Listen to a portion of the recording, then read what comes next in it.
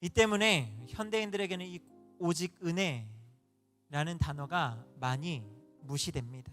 인간에게는 무한한 잠재력과 가능성이 있으며 꿈은 이루어진다라고 외치는 현대인들에게 이 오직 은혜라는 구호가 매력적이지 않다라는 거죠.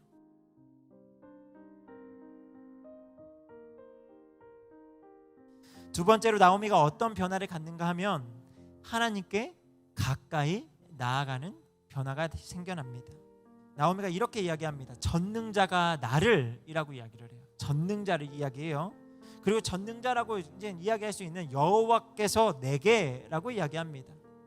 또한 전능자가 나를 이라고 또 반복해서 전능자가 나를 여호와께서 내게라고 하면서 하나님과 자기 사이에 무슨 일들이 있었던 것을 이야기하죠. 나의 지난 10년이 넘는 그 방황했던 힘들어했던 그 시간들이 다 누구의 계획 안에 있었던 시간이냐면 하나님의 계획 안에 있었다라는 거예요. 고난에 당할 때 이것을 단순한 운명의 장난이라고 생각한다면 고난을 통해서 우리는 배울 수가 없어요. 우리가 고난을 통해서 우리가 유익하게 되어지는 것, 이것이 참 지혜다라고 이야기합니다.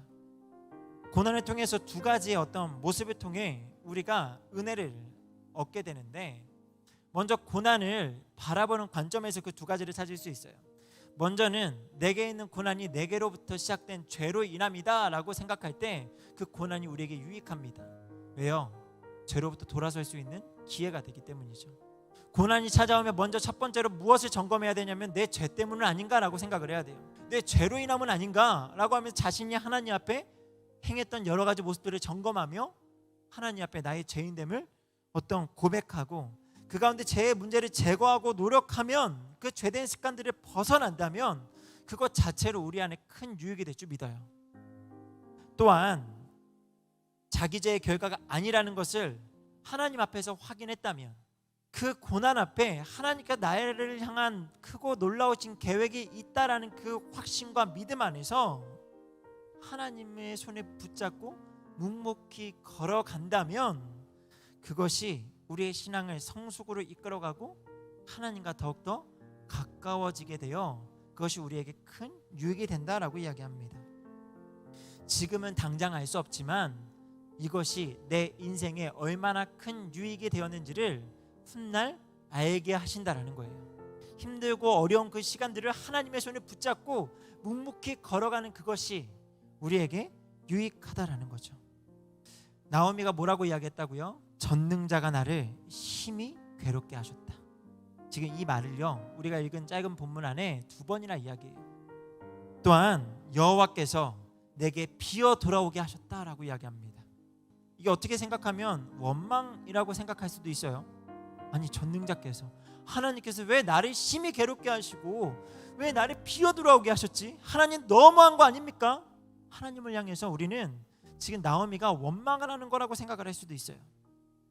근데 지금 나오미는 하나님과 등지기 위해서 하나님을 원망하기 위해서 이 이야기를 하는 게 아닙니다. 반대로요. 하나님과 가까워지기 위해서 지금 이 고백을 한다라는 거예요.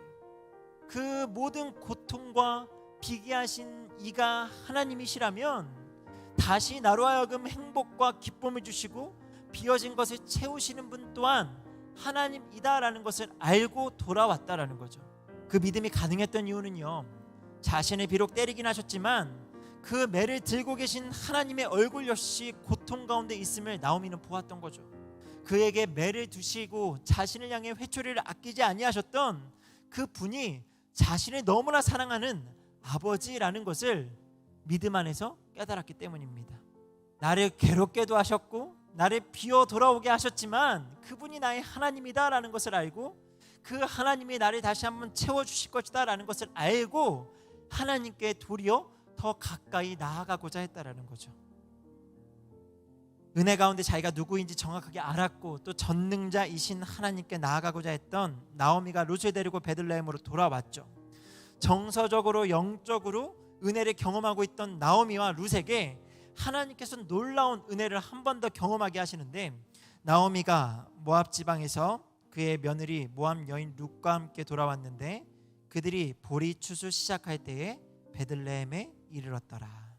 나오미와 그의 며느리 룻이 마침 돌아왔어요. 근데 그때가 어느 때라고요? 볼이 추수 시작할 때라고요. 나오미가 이것을 계산하고 왔을까요?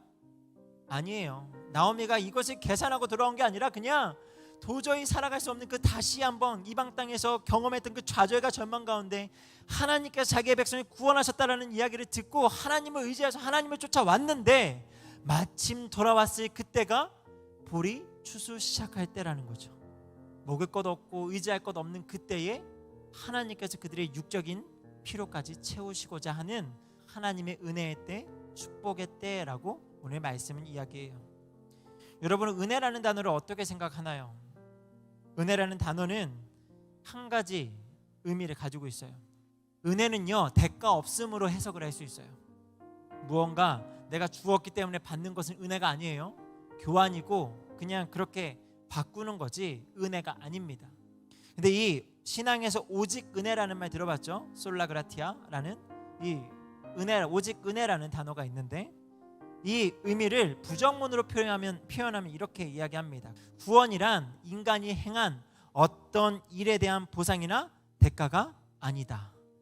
은혜는요, 교환적 의미로 우리가 무엇을 했기 때문에, 우리가 무엇을 잘했기 때문에 얻은 게 아니라는 거예요. 부정문으로요. 이것을 긍정문으로 표현하면 구원은 오직 하나님의 일방적인 선물이다라고 이야기합니다. 하나님께서 그냥 값없이 주시는 선물로 이해를 해요. 구원에 있어서 인간은 전적으로 수동적이고요, 무능력한 존재일 수밖에 없는 게 바로 구원의 은혜라고 이해할 수 있어요. 이 때문에 현대인들에게는 이 오직 은혜라는 단어가 많이 무시됩니다. 인간에게는 무한한 잠재력과 가능성이 있으며 꿈은 이루어진다라고 외치는 현대인들에게 이 오직 은혜라는 구호가 매력적이지 않다라는 거죠. 인간은 아무것도 할 수 없는 존재라는 주장에 대해서 격분하고 반발을 한대요. 그래서 복음에서 돌이키는 사람들이 적지 않다라고 이야기합니다. 그래서 현대인들은 당신 하나님의 은혜가 절대적으로 필요한 존재입니다라는 말을 복음으로 여기지 않는다라는 거예요. 하지만 현대를 사는 그리스도인들에게는 은혜라는 단어는 여전히 필요하다라는 거죠. 특별히 청년의 때를 지나고 있는 여러분들에게는 은혜가 더 필요한 단어 아닌가요? 여러분이 앞으로 무엇을 되고 무엇을 할 수 있으며 여러 가지 생각들에 대해서 물론 내가 열심히 무언가 노력해서 할 수 있다라고 생각할 수 있지만 정말 그렇게 한다고 해서 앞날이 보장되는 것 아니잖아요. 그런 여러분에게는 절대적으로 은혜라는 단어가 필요해요. 오늘 이 시간 말씀을 듣는 지금이 보리 추수가 시작하는 은혜의 때라고 믿는 저와 여러분 되기를 바라요. 말씀을 듣는 이 시간이 하나님께서 마침 여러분에게 예비하신 은혜의 때인 줄 믿습니다. 나오미에게는 개인적인 체험과 깨달음을 통해 주셨다라고 한다면 그 인생의 10년이 넘는 시간 동안 고난과 고통 속에 사랑하는 남편과 아들들을 잃고 그 가운데 참 힘들었던 그 시간을 통해 깨닫게 하신 것들을 말씀을 통해서 깨닫게 하신다면 그것이 진짜 저와 여러분에게 은혜가 아닐까요? 지금 우리가 어떻게 살고 있고 우리가 다른 사람들에게 어떠한 사람인가를 살피는 것, 이것에 너무 연연하지 않았으면 좋겠어요. 옆에 있는데 지체 친구들, 동료들, 수많은 사람들이 나를 어떻게 바라보는가에 대해서 먼저 신경 쓰기 이전에 한 가지 생각, 나를 창조하신, 나를 지으신 하나님 앞에서 나는 어떤 존재인가, 이것을 먼저 생각하며 여러분의 자기에 대한 분명한 평가가 이루어지기를 바랍니다. 하나님께서 때로는 내가 이해할 수 없는 길로 나를 인도하실지라도, 하나님께서 때로는 나를 심히 괴롭게 하시고 나를 비어진 인생처럼 보이게 하실지라도 이 길의 끝에 하나님의 인도하심이 있고 하나님께서 나를 다시 채우실 것이다 라는 확신 가운데 하나님을 붙잡고 나아간다면 여러분이 그렇게 나아가는 그 인생의 그곳에 뭐가 시작된다고요? 보리 추수가 시작하는 하나님의 은혜가 여러분 안에 놓이게 되는 줄 믿습니다.